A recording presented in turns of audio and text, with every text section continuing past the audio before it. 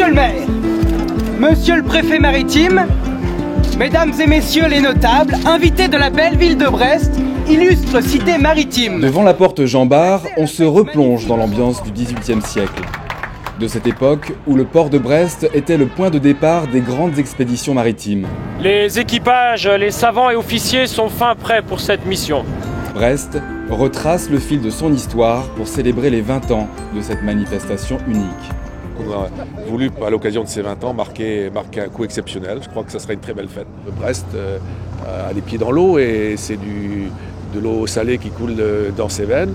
Et puis c'est aussi la fierté, je crois que c'est un coup de projecteur national voire international qui est donné sur notre ville et je pense que les Brestois en sont fiers. L'ensemble de la Bretagne est fortement attaché derrière Brest, mais la France aussi.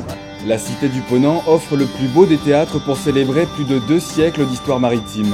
Sur l'eau se croisent bateaux de pêche, vaisseaux militaires ou bien encore des navires prestigieux comme le Sedov, cet immense 4-mâts russe, devenu un fidèle des rendez-vous de Brest. Il n'y a nulle part au monde une possibilité de réunion d'autant de bateaux, d'autant d'histoires maritimes, d'autant de...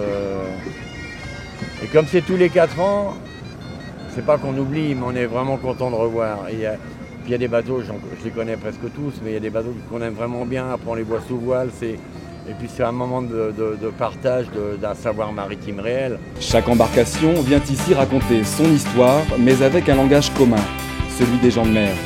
À l'honneur cette année, la Russie, le Maroc, la Norvège, le Mexique et l'Indonésie. Au total, on attend sur la semaine près de 1000 bateaux pour autant de marins qui auront à cœur de faire partager leur amour de la mer.